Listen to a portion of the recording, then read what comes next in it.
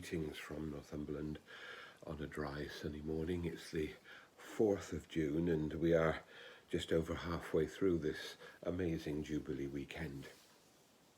Those of us who were able to attend by virtue of the BBC yesterday the Jubilee service in St Paul's Cathedral could not, I think, fail to have been moved by all the scenes around it, but above all by, I think, the sermon from our Archbishop in the Northern Province, Stephen Cottrell. Of course, it's sad that Stephen got this opportunity to preach at such a large public occasion only because the Archbishop of Canterbury is ill, and we wish him well. But it was great to hear Stephen representing the Northern Province and speaking so well.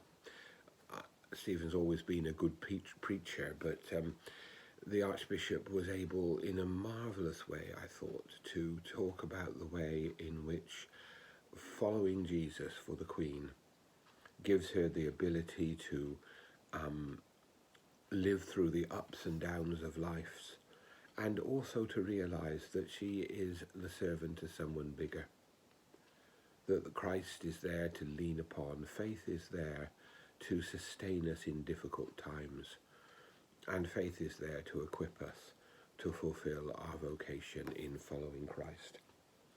And it included that invitation to take that seriously in our lives. And so I was moved and I was inspired by what the Archbishop said. Today, in the series of readings that accompany this time of prayer between Ascension and Pentecost, we come to the letter to the Ephesians, chapter 6, in a well-known passage that talks about the armour of faith. But this is,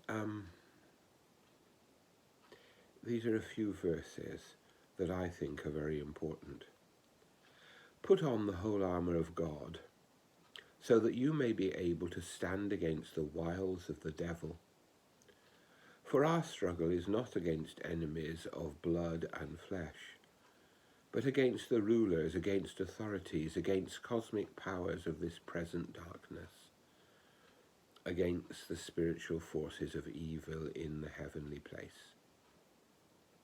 Therefore take up the whole armour of God, so that you may be able to withstand on that evil day, having everything to stand firm. Standing firm and relying upon the armour of God, the protection of God, the love of God, is a part of our Christian lives, sustaining us in difficult times, knowing that we are held in the love of God, knowing that sometimes there is a long struggle. This is something Her Majesty the Queen has experienced, because as we know, there have been terrible times during her reign, for her personally, for her family, and for the nation. And in all of those, she has spoken about the presence and the power and the strength of God for us all. And that is something we can take to heart. It's also something that we should pray for and rely upon in the present difficulties of our situation at home and in the difficulties of the world in which we live, the tragedy of the now over 100 days war in Ukraine, the many difficulties that people are experiencing in their lives.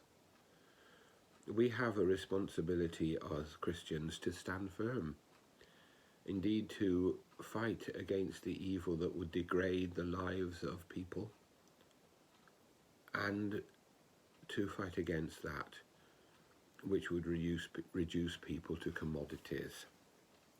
And so in this year of Jubilee, in this year of celebration of devotion and of firm faith, let us pray that we, armed with the power and protection of God, may play our part in making our world a better place and in fighting evil in every place where we find it.